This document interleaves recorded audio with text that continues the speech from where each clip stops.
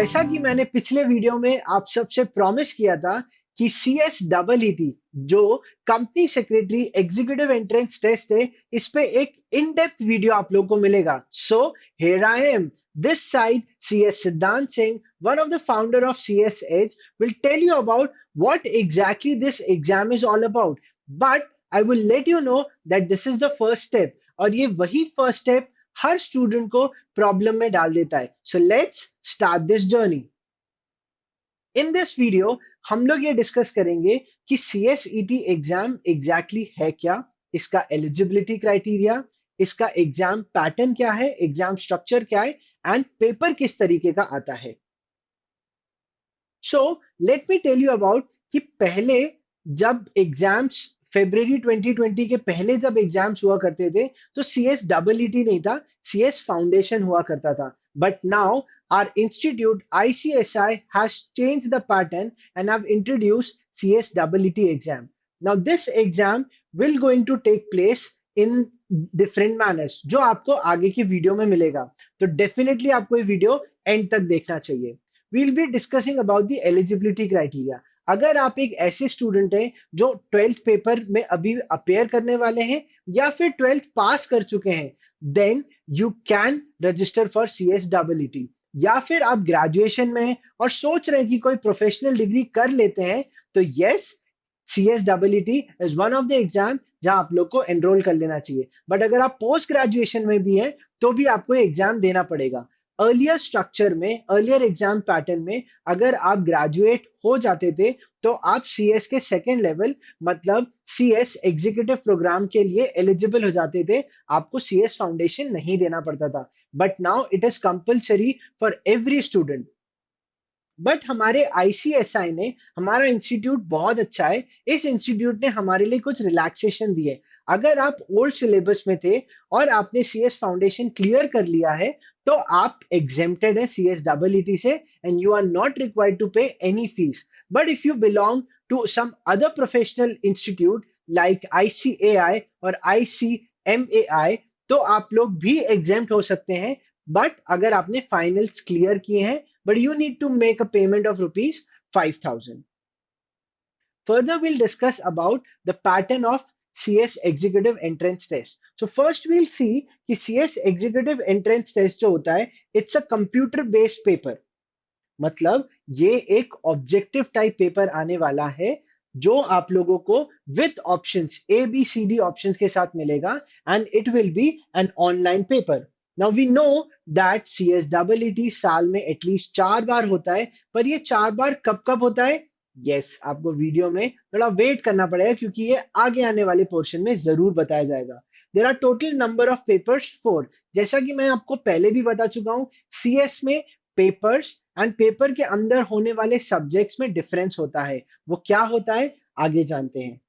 Now the question comes कि इसका passing criteria क्या होगा। So we have already said कि पासिंग क्राइटेरिया इसका 50% होता है ऑफ द टोटल, मतलब आपको 50% स्कोर करना पड़ेगा। बट इंडिविजुअल पेपर्स में आप लोगों को एटलीस्ट 40% लाने जरूरी है। ये मैं आपको एक आगे इलस्ट्रेशन से समझाऊंगा। इस एग्जाम का ड्यूरेशन क्या होगा? The total exam duration will be 135 minutes, but it is divided into 120 minutes and 15 minutes. And the registration fees is quite minimal. It's only 1,000 rupees. As we can see that this is the date sheet of CSET exam. So we will be discussing about the date sheet, how it takes place. I've already told you that ये साल में 4 बार होता है, but it takes place in May, July, November and January. अभी जो 2021 में latest CS double ET का exam होने वाला है उसकी प्रपोज डेट 8th में है, सब्जेक्ट टू कि अभी कोई चेंजेस ना हो। इसके लिए अभी भी रजिस्ट्रेशंस ओपन है, मतलब 15th ऑफ अप्रैल तक आप रजिस्टर करा सकते हो। बट मान लीजिए आप अप्रैल तक रजिस्टर नहीं करा पाते तो कोई बात नहीं, आप 16th अप्रैल से 15 जून तक करा सकते हैं जुलाई के अटेम्प्ट के लिए। And moving further, if you are planning for November, then this is the time bracket जो आप लोग को प्रोवाइड किया गया है। और if you go for January 2022, देन आप 16 अक्टूबर से 15 दिसंबर तक भी करा सकते हैं। मतलब आपको यहाँ पे 4 टाइम्स एग्जाम देने का मौका मिलता है, बाकी किसी भी एग्जाम में ऐसा मौका नहीं है, किसी भी प्रोफेशनल एग्जाम में। So this is a positive point for us. Now sir result कब आता है इसका? तो जिस भी मंथ में आप देते हैं, फॉर एग्जाम्पल आपने मई में अपियर किया था, तो by 4th week of the May, means जो महीने का एंड वाला वीक होगा तब तक रिजल्ट डिक्लेयर हो जाता है। Same is the case with July, November and January. Now the question comes कि आप लोगों का जो एग्जाम है ये होता कब है? जैसे मई में 8th डिसाइड किया है, आईसीएसआई ने प्रपोज किया है कि जो भी 10th डेट होती है, 10th डेट जो होगी आपके उस मंथ की, फॉर एग्जाम्पल अगर मई का 10th है, उसके पास जो सैटरडे दैट इज 8th में, उस दिन एग्जाम होगा। अगर जुलाई 10th ऑफ जुलाई के पास जो क्लोज सैटरडे होगा तब एग्जाम कंडक्ट होगा। सो दैट इज सैटरडे में पता नहीं कुछ तो बात है कि हमारे आईसीएसआई ने इसको सिलेक्ट करके रखा हुआ है। Now, if you go through the CSEET exam, went through the CSEET exam और आप एग्जाम क्लियर कर लेते हो, तो आपकी एक कट ऑफ डेट डिसाइड की गई है कि अगर आप एग्जीक्यूटिव प्रोग्राम मतलब सेकेंड लेवल पे जाने का प्लान आउट करते हैं, तो आपको 31st मई तक रजिस्ट्रेशन करा लेना चाहिए। मतलब the moment result comes, you need to get through the registration process for the second level. Now it is not too fast. अब अगर आपने सीएस प्रोफेशन में आने का प्लान कर लिया है, तो वाई टू स्टॉप? आप तुरंत जाके रजिस्ट्रेशन करा लो। इसमें पॉजिटिव पॉइंट क्या होगा कि सीएस एग्जीक्यूटिव के जो मॉड्यूल्स हैं 1 एंड 2, मतलब टोटल 8 पेपर्स आप उसी साल दिसंबर में अपियर कर पाएंगे, जो आपके 31st में से 6.5 मंथ्स के अराउंड रहेगा। क्योंकि दिसंबर में जब आप लोग के एग्जाम्स होते हैं एग्जीक्यूटिव के, तो वो नियर अबाउट 20th डेट होती है, मींस 20 या 21 के बाद आपके एग्जाम चालू होते हैं, तो आपके पास आधा महीना दिसंबर का भी बचता है। बट मान लीजिए कि आप जुलाई अटेम्प्ट वाले थे और आपका रिजल्ट आ गया था और आपने 31st जुलाई तक रजिस्ट्रेशन किया था, तो इसमें आप सिर्फ एक ही मॉड्यूल के लिए रजिस्टर कर सकते हैं उसी साल के लिए। Now you get 4.5 months if you start from July till December, but only for one module. Now if you plan कि मैं नवंबर में एग्जाम दूंगा, तो 30th नवंबर तक आपको रजिस्ट्रेशन करा लेना चाहिए if you want to appear for both the modules, but this is for the next year. Now you get 6 months from November end. And same is the case with जनवरी में। But अगर आप next year जून में जाते हो, तो आप एक ही मॉड्यूल के सीएस एग्जीक्यूटिव में प्रिपेयर कर पाएंगे, जिसके लिए आपके पास सिर्फ 4 मंथ्स अवेलेबल रहते हैं।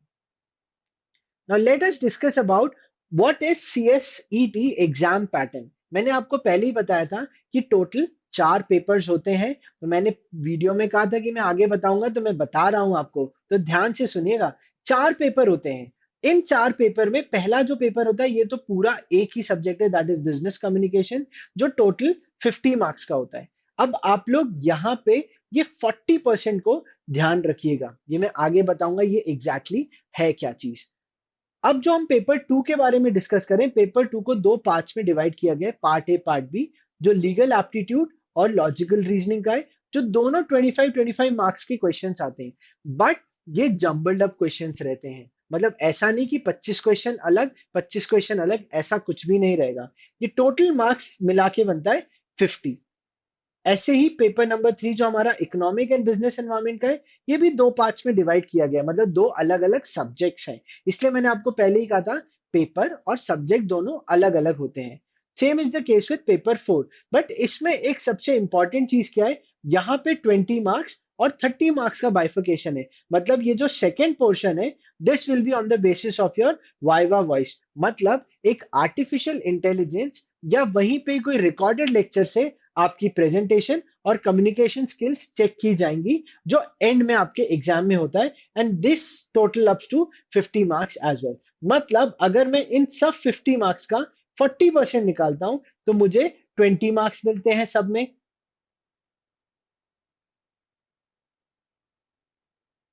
बट इन सब का टोटल तो 80 ही हो रहा है। सर आपने बताया था कि 50% एग्रीगेट है, मतलब 200 में से आपको एटलीस्ट 100 लाने पड़ेंगे। मतलब आप इंडिविजुअल सब्जेक्ट्स में तो पास हो गए, बट एग्रीगेट आपका नहीं आया। ये हर बच्चा ध्यान नहीं रखता है। तो आपको क्या करना पड़ेगा, कुछ ऐसे सब्जेक्ट्स होंगे जिसमें शायद आपको 30-30 स्कोर करना ही पड़ेगा। तो आप सिर्फ 40% के भरोसे नहीं रहेंगे। तो मैं आपको ये बात बोलता हूं, आप 40% को ध्यान मत रखो, आप तो 50% इन ऑल सब्जेक्ट्स ध्यान रखो, आप वैसे ही पास हो जाएंगे। नेक्स्ट, अब हम डिस्कस करेंगे यहाँ पे CSAT का एग्जाम पेपर आता कैसा है। तो हमने यहाँ देखा था कि पेपर वन जो रहता है, इसमें टोटल जो क्वेश्चंस आपके रहेंगे वो 35 रहेंगे। आप देखेंगे कि paper one, two and three में टोटल 35 ईच क्वेश्चंस आते हैं। इन 35 क्वेश्चंस को पेपर पैटर्न में अलग अलग पार्ट्स में डिवाइड किया गया है। मतलब आपको 2 मार्क्स के 15 MCQs मिलेंगे एंड 1 मार्क के 20 MCQs। तो टोटल कितना हो गया? 35। एंड दिस 35 टोटल करने के बाद आपका 50 मार्क्स का एक पेपर बनता है।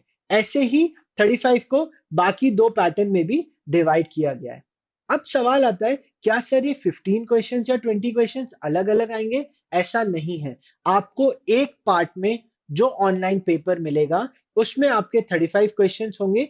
किस क्वेश्चन के कितने मार्क्स है वो क्वेश्चन पेपर में मेंशन रहता है, बट पहले 15 आएंगे फिर 20 आएंगे, ऐसा नहीं होता पेपर में। तो प्लीज ये सोच के एग्जाम देने ना जाए। बट अगर मैं पेपर फोर पे आता हूं, तो पेपर फोर में पहले 15 मल्टीपल चॉइस क्वेश्चंस होते हैं, जिसमें 5 MCQ और 10 MCQ आते हैं, 2 and 1 mark each respectively, which total up to 20 marks. तो अभी हमारे 170 मार्क्स ही हुए। अच्छा, 30 मार्क्स का क्या हुआ? मैंने आपको बताया था, एक वाइवा वॉइस होता है जो आर्टिफिशियल इंटेलिजेंस या रिकॉर्डेड लेक्चर के थ्रू होगा, जिसमें अलग अलग प्रकार के क्वेश्चंस पूछे जाते हैं। This will come up to your 30 marks. तो वहीं पे आपका टोटल टाइम ड्यूरेशन जो पेपर 1, 2, 3, 4 के लिए दिया गया था, एक्सेप्ट योर वाइवा वॉइस, आपको 120 मिनट्स मिलते हैं एंड लास्ट वाइवा वॉइस आपका 15 मिनट्स का होता है। So you can see that हमारा पेपर पैटर्न क्लियरली डिस्क्राइब कर दिया गया यहाँ पे। तो अब आप लोग सोच क्या रहे हैं? आपको CSET का इतना इन डेप्थ नॉलेज मिल गया है, आपके क्वेश्चंस तो मुझे लगातार आ ही रहे हैं। So keep sharing, keep liking our video. Thank you so much for watching.